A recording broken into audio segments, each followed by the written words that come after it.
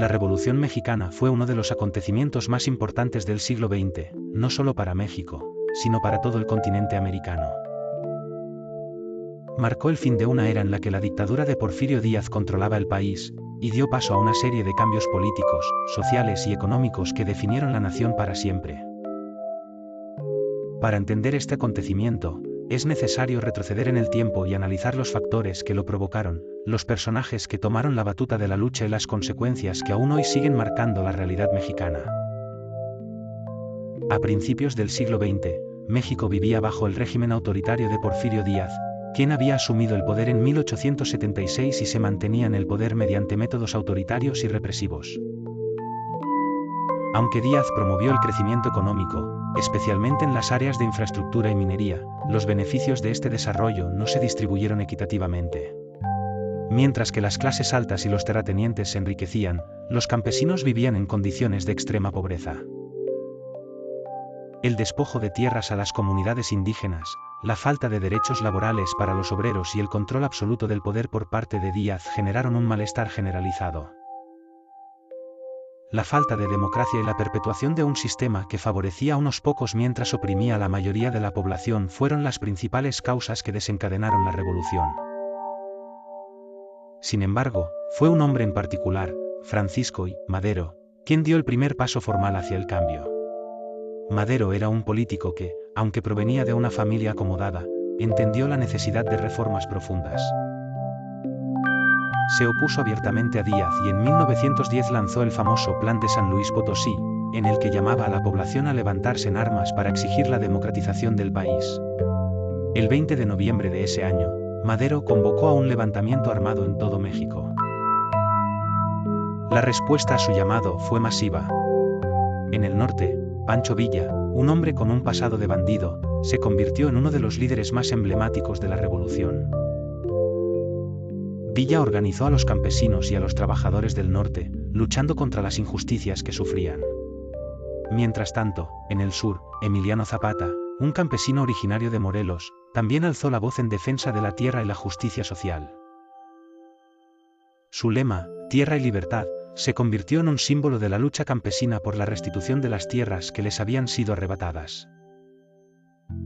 La Revolución Mexicana no fue una lucha homogénea, ni se limitó a un solo grupo social.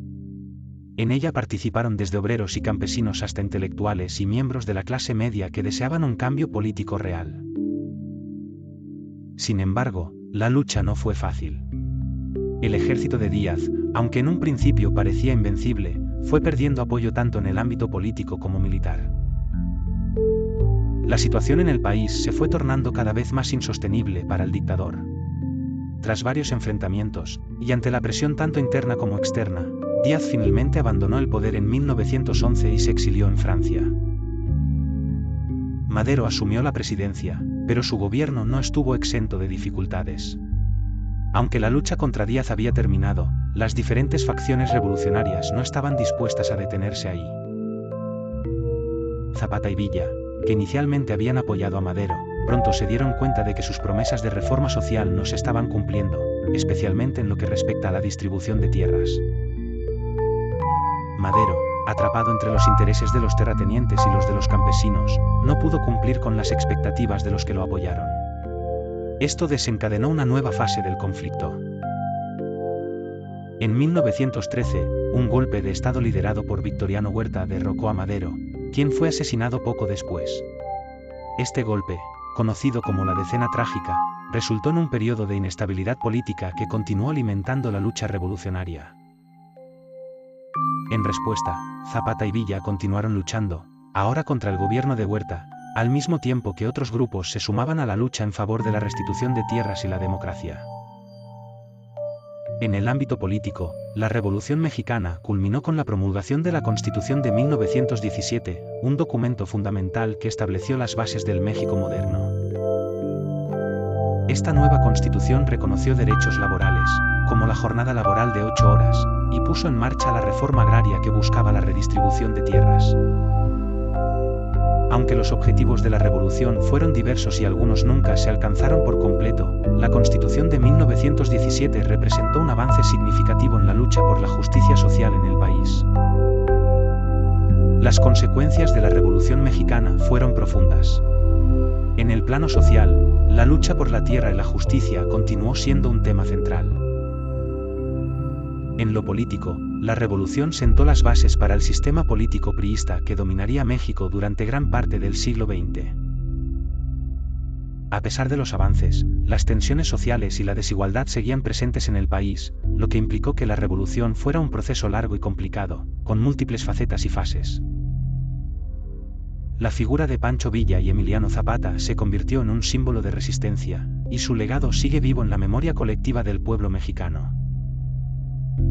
Aunque los ideales que ambos representaban no fueron completamente alcanzados, su lucha por los derechos de los campesinos y los obreros dejó una marca indeleble en la historia de México. Para muchos, la Revolución Mexicana representó un parteaguas en la historia de la nación, y aunque sus logros no fueron perfectos, puso en marcha un proceso de transformación que continuaría durante muchas décadas. ¿Qué os parece la Revolución Mexicana? ¿Cuál de los periodos históricos os gustaría que exploráramos en el siguiente vídeo? Dejad vuestro comentario y no olvidéis suscribiros para más contenido sobre la historia de México y el mundo. Si te gustó este video, dale like y no olvides suscribirte a nuestro canal para recibir durante toda la semana el mejor contenido.